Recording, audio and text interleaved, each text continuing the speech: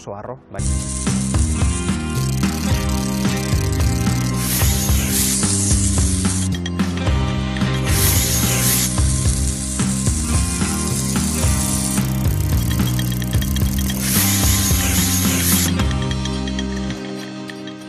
Poemak, gainera, liburu saritu bat, Xabier Lete poesia sariaren 7.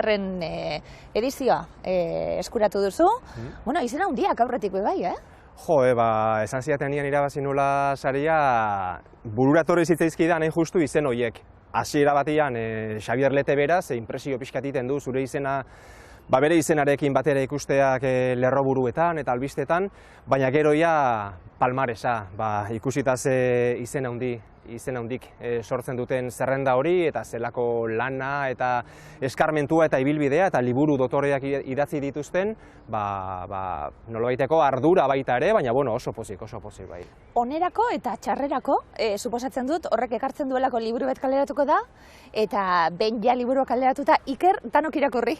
Aldugu, idazten ibili zarana, ematen duelako segurazki, poesia liburu batek onelako bertigo bat, ezta? Idazten dudana ja publikatu egiten dut. Bai, eta hain justu, 7. orrian uste daola irudi bat, nahi nun sartu Eibarko irudi zahar bat, non agertzen diran 100 aurpegi, justu kamara daon leku horretara begira gutxi gora bera, eta hain justu, irudikatu nahi nun, ni momentu honetan nola sentitzen nahi zen. Hasiera batean liburu hau edo poemario hau nire begiek bakarrik irakurtzeko helburua zuten, olerki hauek, eta azkenian liburu bat argitaratziak eta jende gehiagorengana iristiak hori daka, pixkat behatua sentitzen zarala, bere neurrian baita ere jakinda poesia dela eta euskeraz dela, baina nolabaiteko behatua izateko sensazio hori sortu zait liburu argitaratu da. Argazkia zoragarria da, azaleko argazkia be bai, ez da bakarra izango atzien be aurkituko dugu,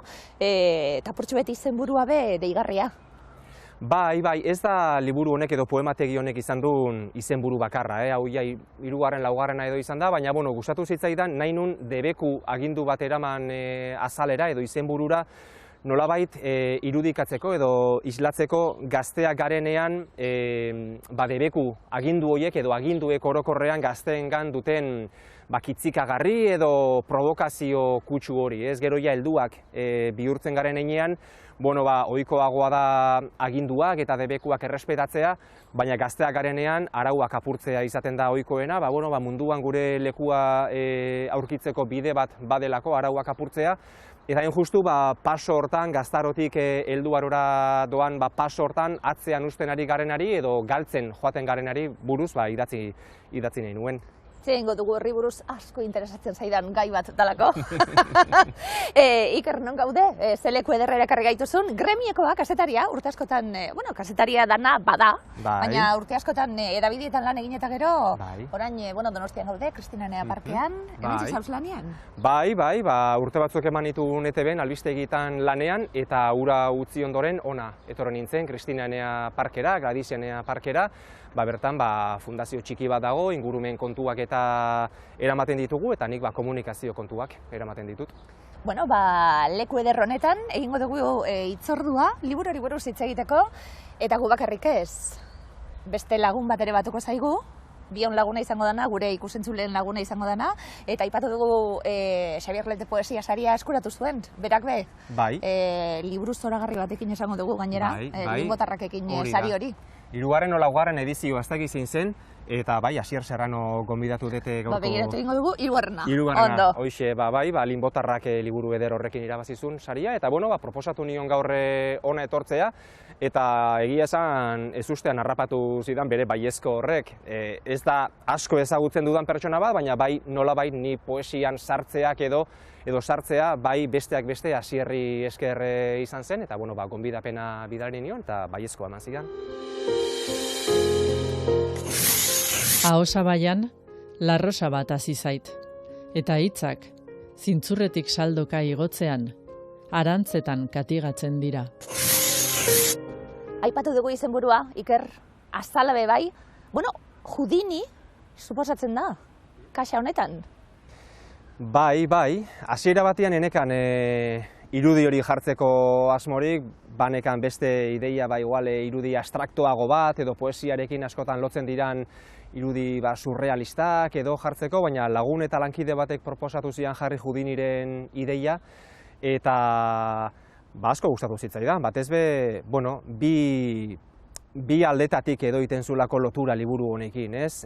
Alde batetik, bueno, baden berboten arrisku baten berri ematen digu, eta Harry Houdinik hain justu, ustez arriskutsua zan zerbait egite zuen, katez lotze zuen bere burua, katez itxitako kutxa batean ixten zen, eta itsasora bota zezuten kutxa hori, eta bere trikimailuak, bere estrategiak eta bere habilidadia erabilita, askapena edo liberazioa lortze zuen.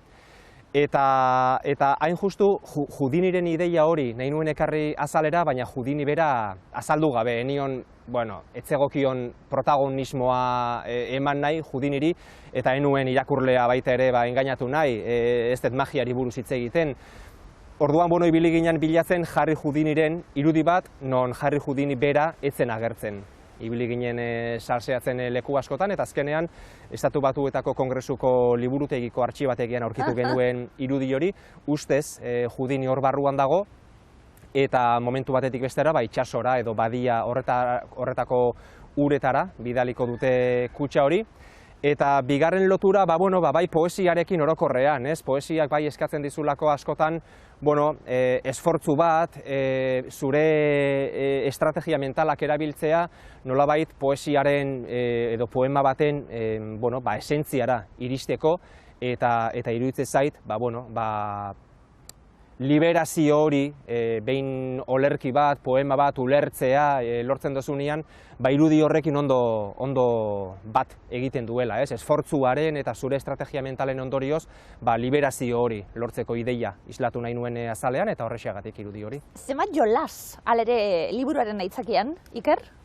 Argazkiari buruz berbetan gabiltz, izenburua besan dugu, eta kontuz baino horrekin ez da, ze metafora handia itsasoa beti, bizitzarena, gure biziarena, zenbat arrisku zer egingo dugu, arriskuak hartzen ditugu, kontuz zer egiten dugun, ezarritako bidean jarraitzen dugu ez, apurtxu bet, poesiak horri guztiari egiten dio, kilika egiten dio, antzerki bat, zatitxu bet azteko, eta sekretuak, zer egin sekretu hoiekin, saiakera egongo dalako poesia zer den azaltzeko poemetan, irakurri nuen, nonbaiten, sekretuak gordetzen dituen lekua dala poema bat bebai, eta ederra da bebai, sekretuak bilduko ditugu, ataletan izenburuekin jolas handia dago, jolas estetiko handia dago liburuan.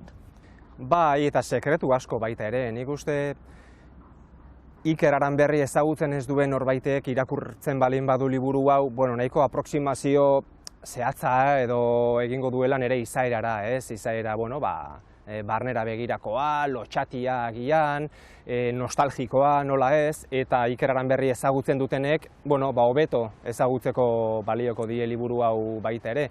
Eta jolasa bai, niretzat poesia baita ere bada jolas hori, ez? Hizkuntzarekin, hitzekin, esanahiekin, izkutuan dagoen mezu horrekin jolastea, eta, horretarako ere baliatu dut liburu hau. Ulertu beharra dago baita ere, liburu hau edo poemategi hau idatzita dagoen testu inguru edo temporala. Lehenengo poema, liburu hontako lehenengo poema idatzita dago 2019ko abuztuan edo udapartean, eta azkenengoa 2024ko otsailean gutxi gora bera. Ordan 5 urte luzeko prozesua izan da, baina bai egia da gehienak, olerki hauetako gehienak pandemia garaian idatzita daudela. Orduan, horrek ematen dio baita ere irakurleari pista bat edo zertzelada bat liburu honetan aurkituko dituen gaiez, baina batez ere tonoaz. Nahiko tono nostalgikoa, iluna, goibela. Orduan, pixkat elementu hori guztiak nahastuta, liburu hau atera zait. Egunon, salbuespena eginda, baimena eman didate liburu bat aurkezteko ez, 3 liburu aurkezteko. 3 oso txikia dira eta 3 dira niretzat oso importante txikitan seme-alabeekin ohean kontatzen genituna direla eta hemen geratu direla 3. Lehenengoa oso polita itsasoa etxe barruan. Arkaizkano eta Mikel Valverde irudia, eta hau da Jorge imaginazioaren erregea da, eta bere etxean, bere sukaldean uste du itsasoa dagoela. Amari ez zaio gustatzen, aldatzen du kolorea, zer egingo du Jorgek imaginazioarekin egin. Beste hau ere oso polita da momentu honetan.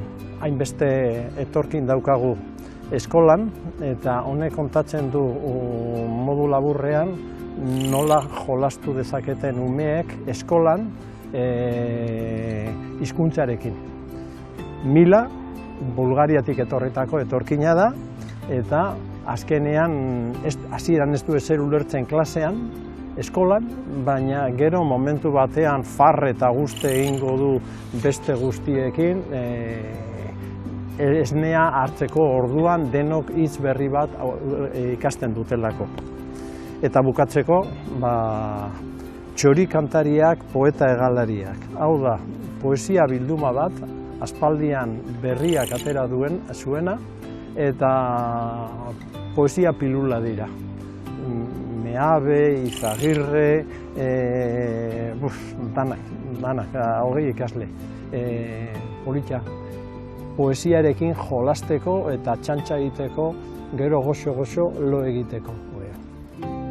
Eta eskerrak Iker, geure buruarentzat ze termometro ikustea momentu baten non egon garan, eta non egon gaitezkeen, apurtxo bat esan duzu, azken 5 urtetako lana, atalka, banatuta, badauka zentzu kronologiko bat bai, poemak bildu dituzu, atal ezberdinetan, esan dugu, bakoitza bere izenburuarekin, argita garbi, erakusten, argita garbi, zeri buruz ariko zaran, geuk ere geure lan egin beharko dugu, irakurle moduan, baina pistak ematen bai, ezta? Bai, beti izaten dut, liburu hau dala nolabaiteko nostalgiari gorazarre, nostalgiatik eta nostalgiari idatzitako liburu bat. Eta hasiera batean neukan ataletan banatuta, jun nitzen idazten olerkiak, eta gainera, planteatu nun, nik neure buruakin nekan elkarrizketa bat bezala, ez beste inork irakurtzeko olerkiak bezala. Ja behin erabakia hartu nunean, aukera bat emango niola poemategi honi, bai lehiaketa batera aurkeztuta edo argitaletxe batera aurkeztuta, bai nahi nun, atal batzuk edo sortu irakurleari horre pixkat errastu egiten diolako baita ere zentzu batean irakurketa, ez?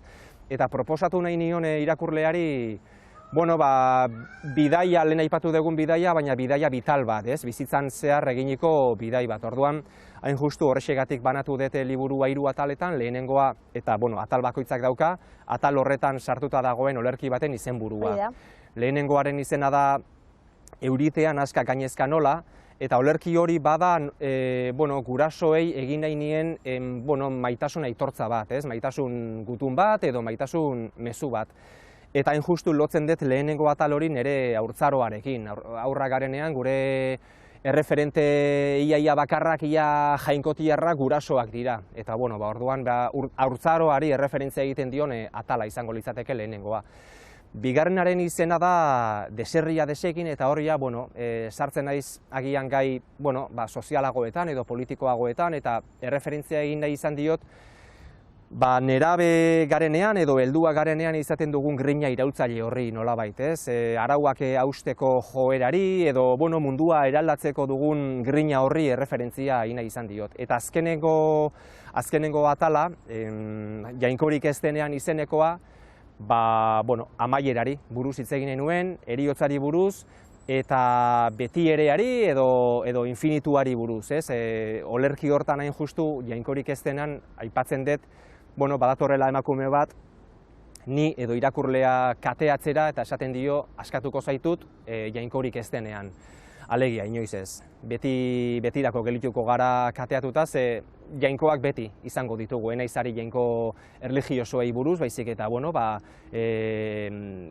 gainean ditugun dogma horiek eta hor irauten duten bitartean, kateatuta biziko garelako, eta, erreferentzia hortik dijoa. Ikasi dugu, eta oso modan dau, desegitearena, deseraikitzearena, berriz eraikitzeko, eta berriz gauzak hobetze aldera esango dugu. Ez dau bape modan nostalgiarena. Autolaguntza liburu bat hartzen badugu, lehenengo gauza esango digutena da atzera ez begiratu. momentu hau da eta aurrera egin. Izan garenetik, ikasten goaz, iraultza nahi horietatik ikasten goaz, aurrera egin behar da, ezberdinak gara. Zer geratzen da? Zer aldatu beharko litzateke? Apurtxu bet bada, liburua irakurrita, egiten den gogoetetako bat, bai. Zer ginen, non gauden, zer itxaroten dugun? Bai, zer izan ginen, hor gelitu da, eta ni adibidez oso nostalgiko naiz, eta asko begiratzen dut atzera, zer izan ginen, norekin izan ginen zer, non gelitu diren une eta pertsona horiek, eta poemetako batean aipatzen dut hain justu, horrek dituen arriskuekin, ez? Konparaketa bat iten dut, nostalgiko izatea, gidatzearekin, auto bat gidatzearekin, ez? Gidatzen goazenean aurrera begira joan behar gara, aurretik datozkigun arriskuei edo elementuei erreparatzeko, baina ezinbestekoa da tarteka atzera begirako edo atzerako ispiluari begiratzea, atzean uzten ari gara horri baita ere erreparatzeko. Eta iruditzen zait, nostalgikoak gidatzen ari garenean arrisku hori hartzen dugula. Aurrera begira joan beharrean, atzerako ispiluari begira joaten garela batez ere, eta horrek orainari eta etorkizunari entzungorre egitera behartzen gaitu eta bada esaldi bat erabiltzen zuen, bai, beste poema baten, horrek eragiten duen minarekin esango dugu, eta mina da beti, baina min batzuk jasangarriagoak dira, edo min batzuk ez dut esango gozotik, baina badute, beharrezkotik, zer, badagu horrelako asko bai. Bai, mina, aipatzen da, azaltzen da mina... Kontuz izan behar da minarekin bai. Bai, baina maitasunetik begiratutako mina da batez ere. Horre erreferentzia asko daude gurasoei. Batez ere pandemia garaian, ni nola baiteko kezka hori baita ere banuelako ondo egongo diren, enituen ikusten, faltan botatzen nituen, eta hor jasota datorren olerki batek bai balio lezake adierazteko besteak beste, olerki bat idazteko adibidez zenbat denbora behar dudanik edo zenbat denbora behar izaten den, askotan galdetzen du jendeak, ez? Olerki bate idazteko zenbat denbora, batzutan 5 minututan ateatzen zait, beste batzutan 2 astetan, eta beste kasu batzuetan, liburu honetako poema zehatz baten kasuan adibidez, 4 urte behar izan nituen gurasoei idatzi nahi nien olerki hori idazteko. Bai pandemia garaian sortu zitzaidan behar hori esateko maite nituela, nolabaiteko min hori edo gabezia hori sentitzen nuelako, beraien gandik urrun eta aparte egoteagatik, eta bai zubertatu zitzaidan behar hori beraiei maitasunetik idazteko. Baina enuen tekla egokia sakatzea asmatzen, saiatzen nintzen, enuen ezer txukuna idaztea lortzen, eta 2020an hasi nintzen, eta 2024an alako batean John Bergerren poema bat irakurri nuen, eta areke aipatze zuen, aireek betetzen dute bihotzetako zakuak begietako askak. Eta begietako aska horren irudi poetiko hori horren beste gustatu zitzaidan, esan nuela, hor dago, gurasoei eskaini nahi diedan olerki horretarako behar nuen elementu hori, eta irudi poetiko hori aitzaki hartuta, idazten joan nintzen, euritean aska gainezka nola izeneko olerki hori, minetik, baina maitasunez eginiko olerkia. Azkenetarikoa, Christine Delphiren liburua, Etsai nagusia. Hau da, feminista materialista bat, Monique Wittigen taldekoa eta frantziar antropologoen taldekoa. Clarice Lispector. Bera modernia handiko emakumea da, baina bere idazkeran nik batik bat agua biba edo urbizia asko irakurri diot. Da prosa berezia, fikzioa da, baina ez dauka plotik, ez dauka tramarik, eta da nolabait percepzio berezi bateko emakumea, religiosa ez da, baina alako trantze egoera baten, alako epifania baten inoiz erortzen da, eta orduan zorion egoera, grazia egoera eta hitz egiten du, da emakume bat influentzia handia eduki duena filosofo zenbaiten artean, eta nik oso gogoko dut, eta nik uste merezi du, liburu horrek oso laburra da, merezi du irakurtzea. Liburu kitzikarri gisa gomendatuko nuke Inigo Astizel monogamoak, ipuin labur bilduma bat da, duela gutxi atera duena, eta biziki kitzik berria iduritzen zait uzten dituen utxunen gatik eta gure irudimenari uzten dion lekuaren gatik. Ez dute minik hartu, baina Julen asko izutu da, eta negarrez ari da orain, une honetan bertan, negar batean, ozen, izuaren izuz, arrastaka ere hasi da, katamarka azkarrean, baina ez bikoteko emakumearen besotara joateko, baizik eta ama txinatarraren besotara iristeko. Poeta bat gonbidatu dugu, Iker, elkarrizketara, Asier ze moduz? Ondo. Poeta bat, esaten gabiltz gu poesiara berandu gerturatuta, zu oso gaztetan. Asier, zure kantuekin gozatu dugu oso gazte izan ginenetik. Bai, hor dago suposatzu kontzientzia eta inkontzientzia. Bai, niri ala iritsi zitzaidan, eta batez ere, ez esatea poesiaren deia, baina bai begira, suposatzu ez sinistuta daukat liburu hau ikusita, Ikerrek ere jaiotzetik daukala begirada poetiko hori, eta nik eskertu dana hori izan da, batez ere hemen aurkitzea, mundu miresgarri hori, poesiak, berriro ere poesiarekin adizkidetzeko trikimailuak agertzen dira bertan, eta bai, eta batez ere, aipatzen denean, beti izaten denean, zenbat urterekin galdu zenuen virginitatea, ez? Eta ematen du, goizasteak ematen duela nolabaiteko hori, nik doai hori berari ematen diot, ja urte batzuk pasatuta eta behin ondo hausnartuta zein izango den bere arma, mundua ikusteko, munduari erakusteko bere arma zein den, ez? Edo armetako bat. Eta poesia aukeratu eta behonde jola, eta ni liburu honekin geratzen da, asko harritzen gara, batzutan, bi pertsona mota daude, nena murriztear aldera. Desagertzen direnak, desagertzeekin harritzen direnak, eta agerpenekin harritzen direnak. Eta liburu honek biak jasotzen ditu, Houdiniren eran.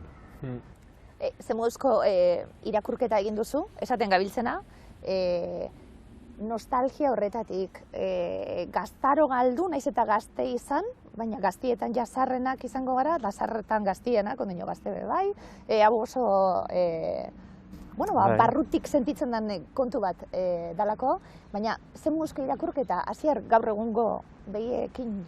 Bai, mina ipatu duzu lehen, eta iruditzen zait, minaren lizentzia, eta nostalgia sentitzen lizentzia. Gazte hasi ginenok, bagenukan hor, maitasuna, ordungo garaiko garai krudel horiek izango zirela gure bizitza markatuko zutenak eta holanta, ez?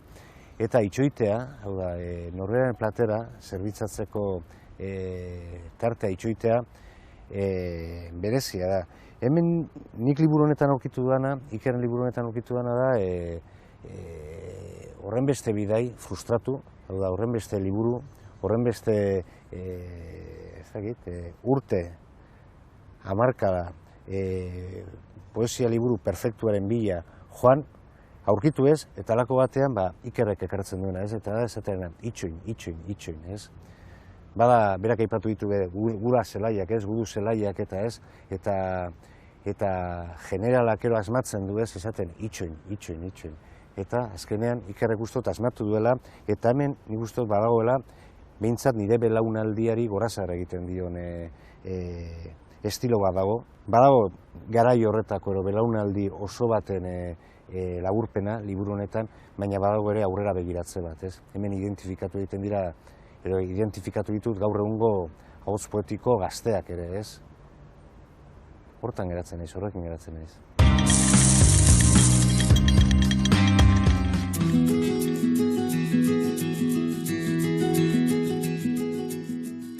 Mikel Pagadiren bizita, orain dela gutxi irakurri dut, eta goratzen dut Lekeitioko portuko terraza baten irakurri nuela eta jendean niri begira, Iparreal Garaka. Eta oso ondo dago, azkenean Euskal Herriaren bizigaren gizarte honen esan dugu satira bat dela. Eta kontatzen du modu ganberro batean, eta egia esan oso ondo pasatu, oso harina da, oso azkarra irakurtzen da, eta buruan gainea ikusten dut telesail bat izango balitz bezala. Oso ondo dago. Bihar bertan hondartzara noa, oporretara, eta maletan sartu dut Bidenagur Meaberen Amorante Frantsesa. Da eleberri bat, baina poemaz kontatuta, eta esan daukat gogoa irakurtzeko, ze kontatzen du hilketa bat dago tartean, eta badakit emakume, bakar bizi den emakume baten bizitza dela, eta badauka gogoa hori irakurtzeko. Ez naz ni poema zalea, baina azken aldian poesiari aukera eman diot eta hainbat liburu irakurtzen ari naz, eta gomendatuko nuke Jon Gerediagaren Zelulurren liburua, bueno, euskal literatura sari eraman du orduan zerrezanik ez, baina egia da irakurri nuen lehenengo aldian barruak astindu zizkidala. Eraman hau leku batera ez nuena espero, naturarekin konexio hori, eta igual neure burua gehiago ezagutzeko be bai. Modari buruz irakurri dudan azken liburua da André Leon Talleyren Las trincheras de la moda. Egia esan zoragarria da. Oso dotore dago idatzitza, intimitatetik. André Leon Talley da kazetari, modako kazetari oso ezaguna izan zen, eta kontatzen du txikitatik bogeraino, bogeko editore izan arte, zer bizi zuen. Bera afroamerikarra zen, homosexuala, orduan bere lorpenak kontatzen ditu, baina baita ere modaren gerizpak eta ze lehiakorra den, eta ze gogorra den, eta oso modu txukunean eta oso ederra da autobiografia hori. Irakurtzeak eramaten hau beste leku baten egotera, beste pertsona bat izatera, rutinatik urten eta beste baten paperean jartzea, edo bai idazlearen paperean, edo irakurtzen ari naizen historia hortako pertsonai bat. Eta baita, neure burua gehiago ezagutzeko ere balio nau, eta hori beste historia batzuk bizi ahal izateko.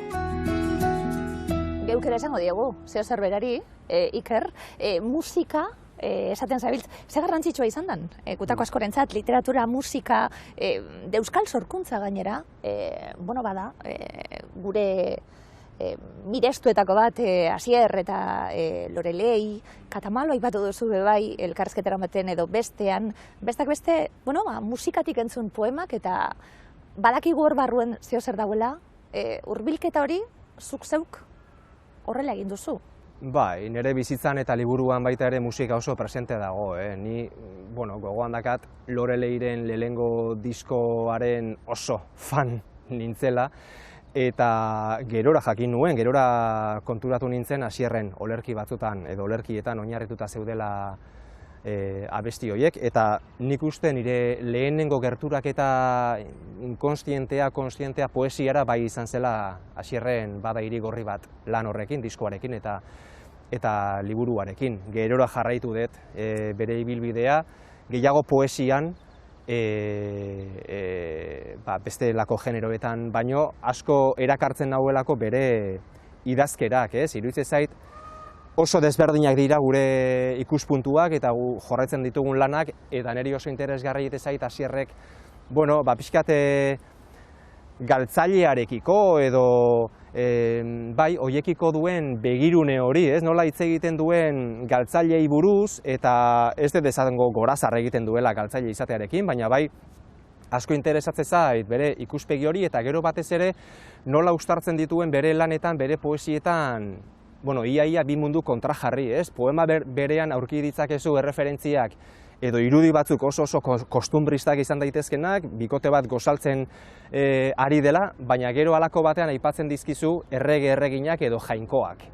Orduan, ikuspegi kontrajarri horrek, galtzailearekiko egiten duen, nolabaiteko erreferentzia edo gorazarre hori, bai interesgarri, iruditzen zait, besteak beste eta neurri batean, ni baita ere galtzaile moduko bat sentitzen naizelako, horren beste itxaron behar izan dudalako liburu hau argitaratzeko.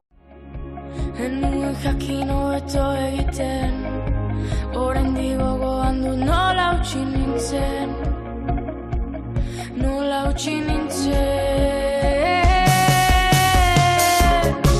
Enuen jakin hobeto egiten, oraindik gogoan dut nola utzi nintzen, nola utzi nintzen.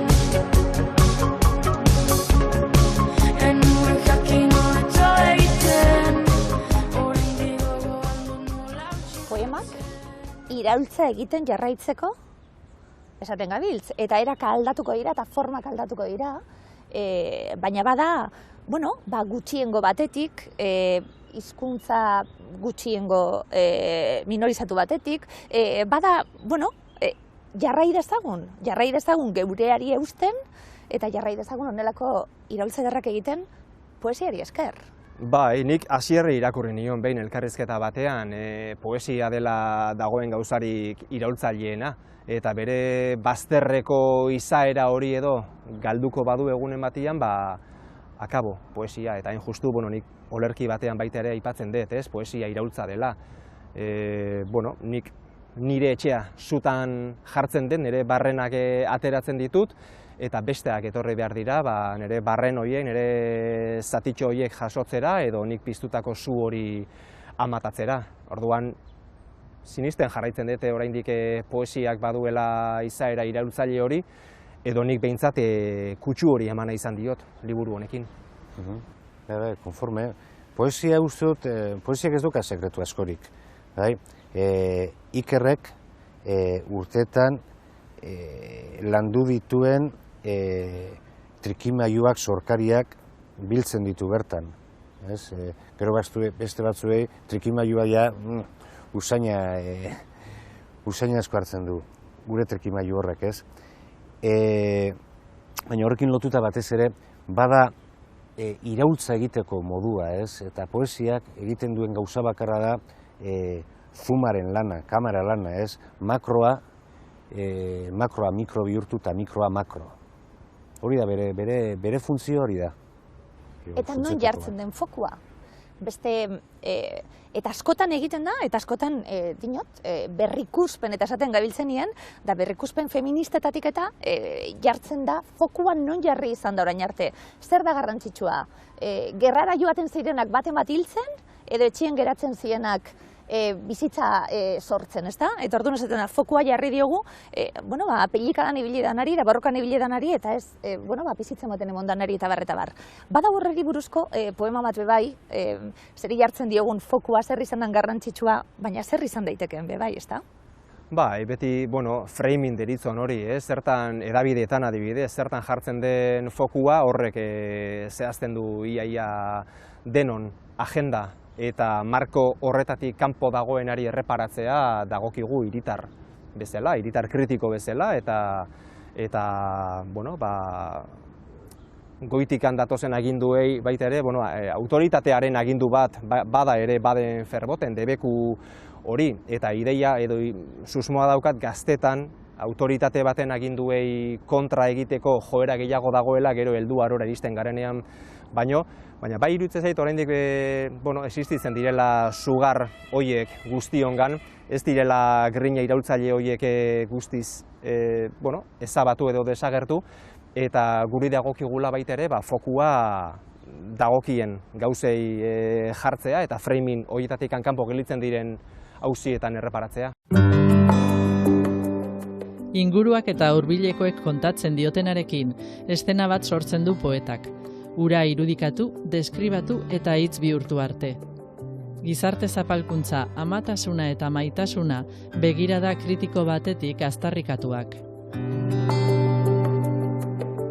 Ibaik, Intxaurrondoko kuarteleko guardia zibila du aita, eta beraz, hango giroan hezitako semea da.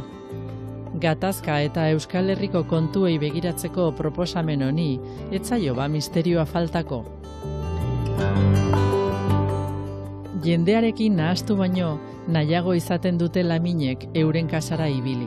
Baina halabeharrez, ipuinetan gertatzen oiden moduan, haiengana hurbildu behar izaten zuten.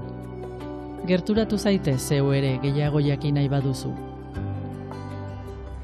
Nostalgia, nostalgia, zenbat bidaia egitera eramaten gaituen, batez ere iraganeko garaietara.